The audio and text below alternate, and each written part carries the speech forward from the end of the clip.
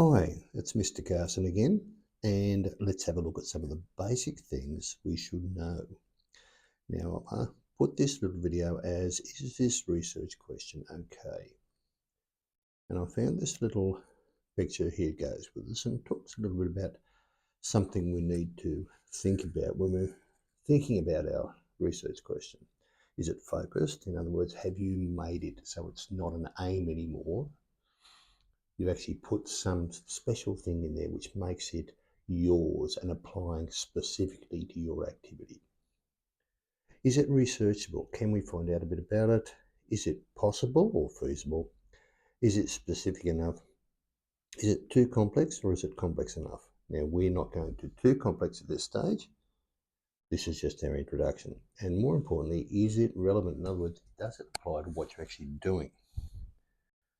So, what we know so far, when we are doing an activity, you work out what you want to change and what you want to measure. That's one of the first things you should do, is work out your variables. All right, but really we're looking at trying to do a cause and effect. Does changing something cause something else to change? Is it the only thing that caused it to change? This is why we only ever change one thing at a time. So there is only ever one independent variable in your activity. Now, I also encourage you to only ever have one dependent variable, or what you're going to measure.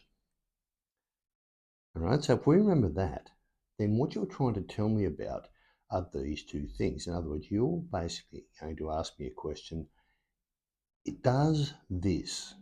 Does changing my independent variable cause my dependent variable to change?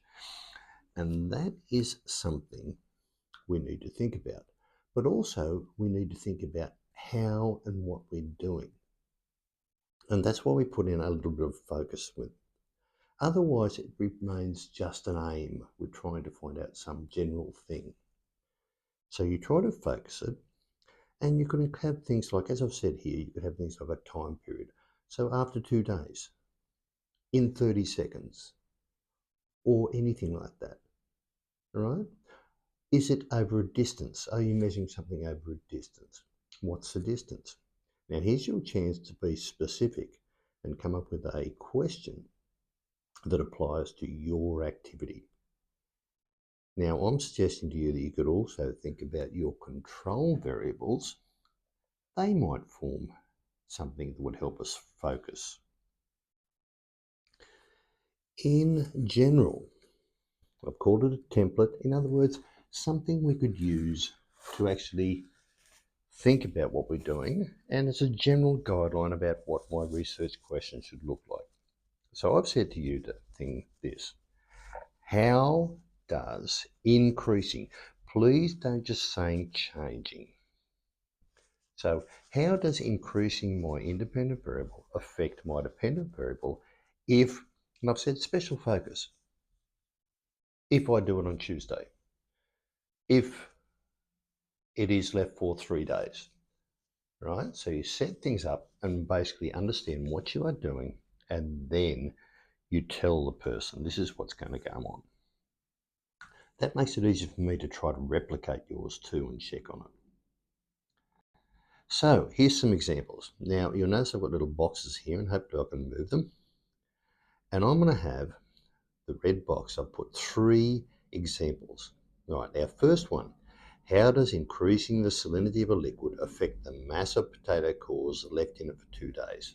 Okay, so if I can do this, I'm going to put a red bar around my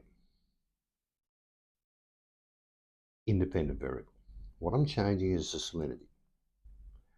I'm going to put a blue little bar, and I'm going to shorten this down because it goes over a little space. And I think we can see that my blue little bar is going to be about the mass, and my yellow bar is my little proviso thing, or my specific thing. So, and it's left for 2 days. So I should be able to do this sort of thing with any research question you ask. All right, so I should be able to work out what my independent variable is, what your dependent variable is, and what your focus is. So let's look at the second one. Again, I'm increasing the mass of a pendulum.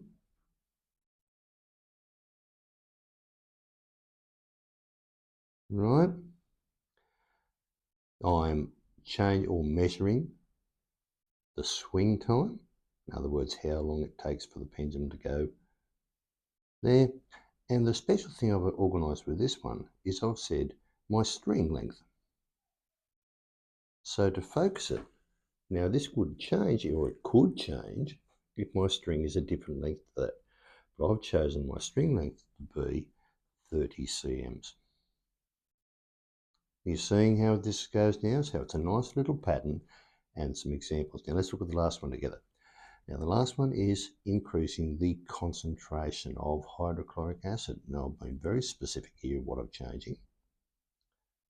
All right, then it's going to affect the volume of hydrogen gas. And my other little thing is I'm saying I'm going to let it happen for 2 minutes. Now it would be, of course, different if it was 1 minute, if it was 5 minutes or whatever. So you can change things around to make it focus. If I don't have my focus, it is basically an aim. I'm just trying to give a very general idea of what I'm trying to do. Right, now I'm going to make this into an Ed puzzle. So this means I would like you to have a think about this one. And I want you to try to come up with a research question for this. Now, keeping in mind, in our research question, this part here is our independent variable. This part here is our dependent variable. All right? And it does give us a bit of helpful because it does tell us some special things. The activity we're doing is jumping jacks. So let's see if you can do that for me. Let's see if you can come up with a wonderful research question.